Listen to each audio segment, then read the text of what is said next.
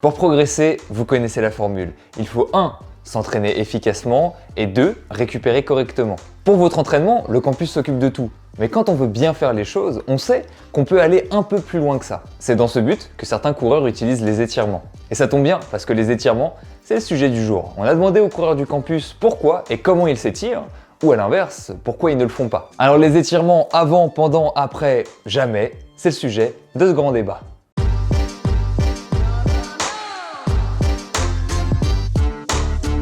On s'y attendait, ce grand débat, il a fait couler beaucoup d'encre, et à juste titre. D'un côté, on a ceux qui s'étirent, et même si peut-être la plupart ont commencé par mimétisme sans savoir trop pourquoi ils le faisaient, ce qu'on est sûr, c'est que tous ceux qui aujourd'hui continuent de s'étirer le font parce qu'ils y trouvent des bénéfices. Que ce soit pour éviter les blessures, pour éviter les douleurs, ou bien juste pour être en meilleure santé au quotidien. Et de l'autre côté, on a les mauvais élèves sur le papier, on a ceux qui ne s'étirent pas, et pourtant, d'après tous vos témoignages, ce qu'on peut dire c'est que certes, ils ne s'étirent pas, et pourtant, ils vivent très bien comme ça, et ils continuent à progresser eux aussi.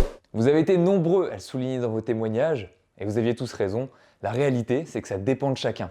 Dans le monde scientifique aussi, ils ont un grand débat à eux, un très grand débat, qui n'a pas trouvé de réponse simple, parce que des réponses simples, il n'y en a pas. L'une des seules conclusions intéressantes qui peut nous aider pour le moment, c'est que si vous vous étirez, et que vous sentez que ça vous fait du bien, vous avez tout intérêt à continuer à le faire.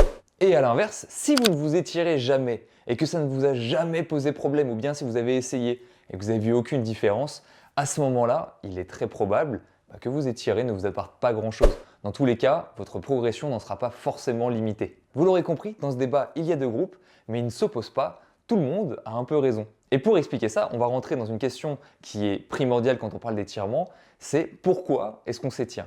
Premier exemple, certains d'entre vous dans ce débat nous ont dit qu'ils utilisaient les étirements pendant leur échauffement.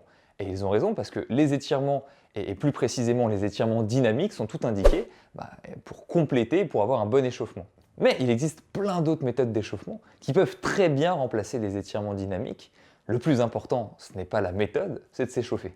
Deuxième exemple, certains font des séances d'étirement afin de gagner en souplesse, et dans ce cas-là, il est plus indiqué de faire des séances plus longues, plus intenses et le plus éloigné possible de nos séances d'entraînement. Mais on voit très bien que là où ces séances sont primordiales pour certains sports comme la danse, la gymnastique, certains sports de combat, il l'est beaucoup moins pour la course à pied qui, hormis à très haute vitesse, ne demande qu'une petite amplitude de mouvement. Troisième exemple, certains d'entre vous utilisent les étirements simplement pour garder une bonne amplitude de mouvement toute la journée, au quotidien. Pour ce faire, les étirements peuvent être faits à tout moment de la journée, même après une séance d'entraînement. Le plus important, c'est qu'ils ne soient pas trop intenses et surtout qu'ils soient le plus réguliers possible. Mais cette manière de faire trahit quelque chose de plus primordial, c'est que de nos jours, on a tendance à ne pas bouger avec une assez grande amplitude de mouvement dans nos vies sédentaires. Donc certains pourraient simplement remplacer ces petites séances régulières et peu intenses par juste un quotidien avec plus de mouvement. Quatrième et dernier exemple que vous avez partagé avec nous, ce sont ceux qui s'étirent pour diminuer le risque de blessure. Scientifiquement, on n'a pas encore trouvé de corrélation réelle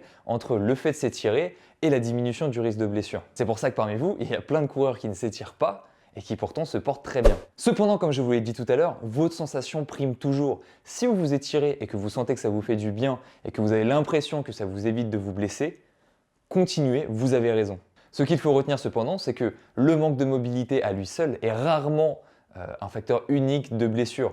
C'est souvent le cumul de plusieurs facteurs qui fait que l'on se blesse. Le manque de renforcement, le manque de stabilité par exemple. Au vu de ces 4 exemples, on comprend beaucoup mieux maintenant pourquoi, en réalité, il n'y a pas de grand vainqueur à ce grand débat. Cependant, à mon tour, j'aimerais bien rebondir sur ce que vous nous avez partagé afin de dégager 4 principes qui vont être intéressants sur le sujet. Premièrement, la course à pied n'est pas un sport qui nécessite une grande mobilité, hormis pour les plus rapides d'entre nous. C'est sûrement pour ça que beaucoup de coureurs de la communauté ne s'étirent pas, j'en fais partie, et pourtant, on ne se sent pas impacté particulièrement. La leçon à retenir de ça, c'est que le plus important est d'avoir la mobilité minimale requise pour pouvoir pratiquer son sport sans contrainte, sans restriction. Deuxièmement, pour les étirements, c'est comme à l'entraînement, l'un des facteurs principaux, c'est la régularité.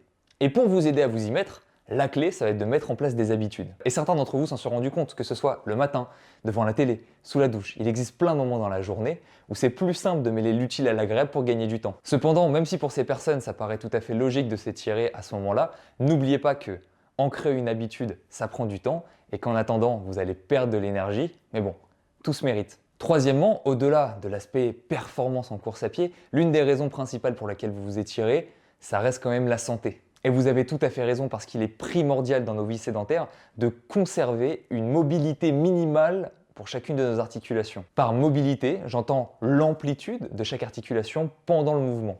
Pour conserver une bonne mobilité sur chacune de nos articulations, le meilleur moyen de faire ça, certes il y a des étirements, mais c'est surtout, je vous l'ai dit tout à l'heure, d'utiliser régulièrement des mouvements qui vous demandent une grande amplitude. C'est pour ça que par exemple le yoga, que certains d'entre vous pratiquent, peut être une pratique en parallèle de la course à pied très bénéfique pour vous. Si on regarde les choses très concrètement, ce genre d'activité, ce n'est rien de plus que des routines que l'on peut faire régulièrement qui vont nous permettre de bouger dans la plus grande amplitude possible sur beaucoup d'articulations dans notre corps. Et pas seulement les articulations mobilisées en course à pied d'ailleurs. Quatrième et dernier principe, les étirements ne sont pas l'unique et seule méthode de récupération et de mobilité. On a les automassages avec des balles, avec des rouleaux, on a les pistolets de massage aussi. Tout ceci, ce sont d'autres méthodes qui sont utilisées par certains d'entre vous et qui partagent le même but commun. Et si une méthode ne vous correspond pas, eh bien, ça vous propose plusieurs alternatives pour lesquelles vous pourrez trouver peut-être un peu plus d'intérêt. Encore une fois, merci à la communauté du campus pour vos partages. Pour participer au prochain grand débat, je vous donne rendez-vous sur le Discord du campus.